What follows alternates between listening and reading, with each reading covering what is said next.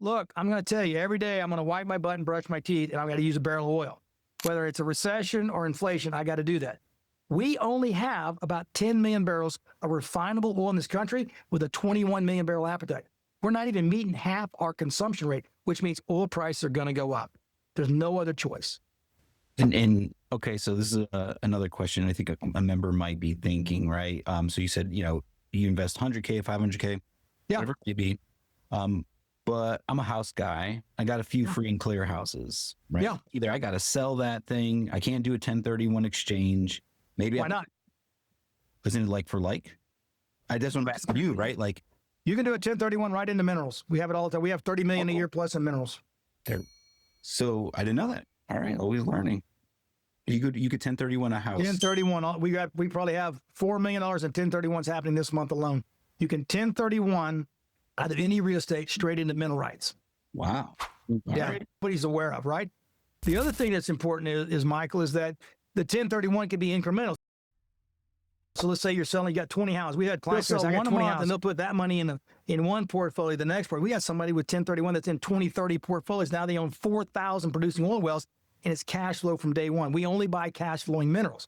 So you do your 1031, and 6 months later, you're getting a check. And our average rate of return over 117 portfolios is like 12% cash on cash. Our older portfolios, which have had more maturity because we do the AML strategy, right? They're making anywhere from 20 to 35% cash on cash return.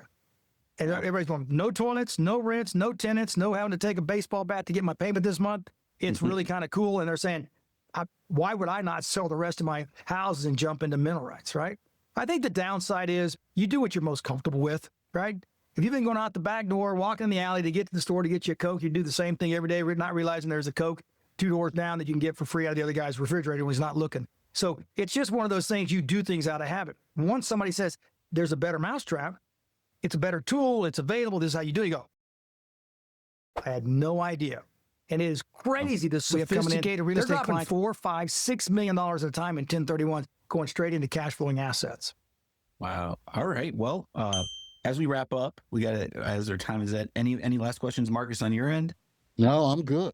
That was amazing, man. Oh, there's a lot there. So back to, it all goes back to education. So going to eckertenterprises.com/AZREIA, watch the videos, get a consultation.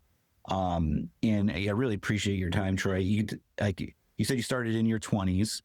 Yeah. You made a lot of money, you lost it. And I think you're maybe going on what, 39-ish? I'll be 41 years this coming year, it'll be my 41st year. I'll be 61 years old this July. I got crushed in 08, not because really of oil. I got crushed because I was a serial entrepreneur in about 10 different industries. And when 08 occurred, and this is what the new investors, the younger investors are not aware of, everything you think can happen, happened in 08. It did. And so I got to remind everybody, we have the most chaotic times I've seen in the last 20 years. Really, we've been through 9/11, the Gulf War in the 1990s, the Black Monday on October 1987. I mean, I can tell you how much I've been through. But here's the thing I want to remind all of your listeners. Stay calm. If you don't have to sell it, don't sell it. If you don't have to make the move, everything kind of vacillates like a pot of boiling stew, right? It all boils over time. What you want to make is calm, decisive decisions where you're going to land in 5 to 10 years, not in the next 5 months. I will leave your audience and you two guys with this thought. I have some really big partners that are way up in the echelon dealing with billionaires. They said, what we're occurring right now is called a fund flows problem. I owe you two guys $100,000. The guy that owes me $300,000 is not paying me. I can't pay you. No, I'm not broke. I'm not a deadbeat. I need him to pay me so I can pay you.